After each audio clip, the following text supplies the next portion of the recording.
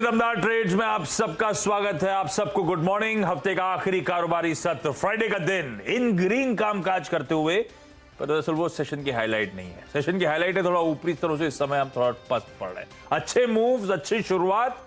हमने 704 यानी कि 16,700 के लेवल्स को भी आज ब्रीच करा। वो 704 के लेवल्स को छूने के बाद अब पस्त पड़े 630 के जोन्स पर इस समय कामकाज करते हुए, यानी कि दिन के जो हाईज बनाए कुछ देर पहले 45 मिनट का एक्शन देखिए, और हाई से हम 70-80 पॉइंट थोड़ा सा कूल ऑफ होके इस समय ट्रेड करते हुए। मार्केट की बाकी डिटेल्स पे आगे आता हूं, वीरू से बातचीत करूंगा। उस पैनल में से कौन कौन रुका ये भी दिखा दीजिएगा। आई एम श्योर पालविया साहब और मानस तो होंगे, बाकी आई एम श्योर ब्रेकफास्ट के लिए निकलनी है, देगा निकलनी है तो इन दोनों से बातचीत करूंगा। लेकिन इस बीच मार्केट बिग वॉइसेस उसकी बारी, और उस कड़ी में आज हम लोग के साथ प्रभुदास लीलाधर की joint managing director Amisha Vora ma'am जुड़ती हुई। Amisha ma'am, good morning. Good morning. आपकी तबीयत नासाज ऐसे बताया जा रहा है, तबीयत ठीक है मैम? ये मौसम का इंपैक्ट है थोड़ा बहुत? जी, थोड़ा सा वायरल।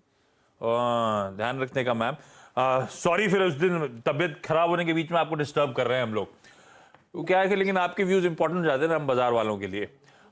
ये पहली चीज सबसे इंपॉर्टेंट हमेशा मैम, ये पिछले कुछ दिनों से ना एफआईआईज पहले कंफर्ट दे रहे थे कि उतनी बिकवाली नहीं कर रहे थे, फिर रह रहे कि खरीदारी हो रही थी। अब तो 4 दिन खरीद रहे हैं। ये कन्विक्शन आ रहा है कि गोरे लौट आए हैं, वो सेलिंग का प्रेशर अब खत्म हो चुका है?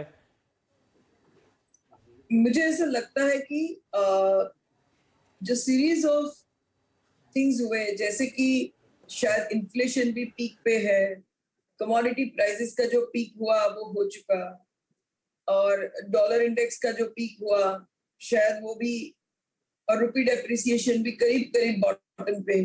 तो मुझे लगता है दिस एज अ कॉम्बिनेशन, और आप देखोगे कि क्रिप्टो भी नीचे से बाउंस बैक हो रहा है, तो क्रिप्टो से तो emerging markets are a much much much better asset class. तो वंस अगेन थोड़ा फ्लोज चेंज हो रहे हैं, और उसमें मुझे लगता है इसीलिए एफआईएस का भी पॉजिटिव फ्लो चालू हुआ है। और उतना तो डेफिनेटली व्यू ले सकते हैं कि जो स्पीड से उन्होंने बेचा और जो एक्सटेंट से उन्होंने बेचा लास्ट 6 महीने में, नेक्स्ट 6 महीने में तो उससे बहुत ही बेटर होगा। Whether few days of purchase, few days of sales as a combination, पर वो एक्सटेंट का सेलिंग तो बंद ही हो जाएगा। चलिए, तो वो खराब उस लिहाज से प्रेशर खत्म होता हुआ नजर आएगा। एटलीस्ट अगर बाइंग पिकअप ना भी हो तो ऐसा वो सेलिंग का प्रेशर एग्रीवेट अब शायद ना हो, और कब ग्रेजुअल होगा। ठीक। अच्छा, दूसरी चीज अमीशा मैम, बिलियन का हाँ था और बाइंग 1000-1200 करोड़ का आ रहा है, तो it's not matching, it's gradual, but still it is a positive indication कि pressure of selling will reduce. अच्छा एक चीज और, ये गोरों के पैसे में ऐसा क्या होता है? ये 4 दिन खरीदा, 4-5 हजार करोड़ रुपए का खरीदा, बाजार 5% 4% भाग गया। वो हमारे बेचारे डीआई इतने दिन से खरीद रहे थे, बाजार हिल के नहीं दे रहा था। बहुत सही क्वेश्चन है। कहीं ना कहीं हम उनको ही फॉलो करते हैं, क्योंकि ये काउंटर बैलेंसिंग था। जब एफआई सेल कर रहे थे और डीआई इतना बाय कर रहा था, तो it was just counter balancing.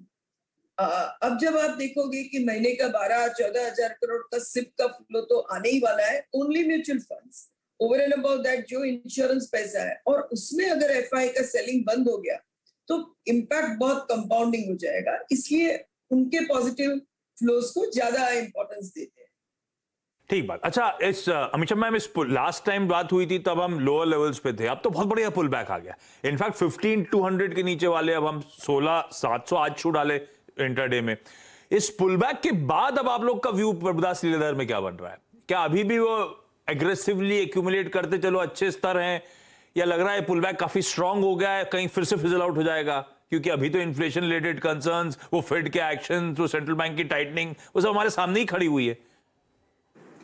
देखिए, दो चीज उभरती हुई नजर आ रही है जिसमें थोड़ा कन्विक्शन आ रहा है। एक, फॉर श्योर लग रहा है कि जो 15,200-300 जो भी बॉटम बनाया, वो बॉटम आते हुए डिफिकल्ट टाइम में भी, जहां पर थोड़े रिसेशनरी फियर्स हैं, जो भी है, वो बॉटम अच्छे से रिस्पेक्ट होगा ऐसा लगता है over next 2 quarters, which means के मार्केट का लोअर साइड कहीं ना कहीं गैप होगा। और जिस तरह से मॉनसून का स्प्रेड हो रहा है and all agri related commodity pressure ऐसे भी कम हो रहे हैं ग्लोबली भी, और इससे भी कम होंगे, तो अपना इन्फ्लेशन प्रेशर डेफिनेटली लग रहा है पीक हो गया। वो चलते हुए ये जो हम मार्केट के लेवल पर है, तो Prabhudas Liladhar as a research house feels over a 12-month period we still have possibilities of crossing the earlier peak, but in short term we believe volatility will continue। मतलब ये 6,700 भी पोर्टफोलियो बेच के भागने का टाइम नहीं है। ग्रेजुअल एक्यूमुलेशन के लिए वॉलेटिलिटी में जब भी थोड़ा करेक्शन आए तो ऐड करना चाहिए।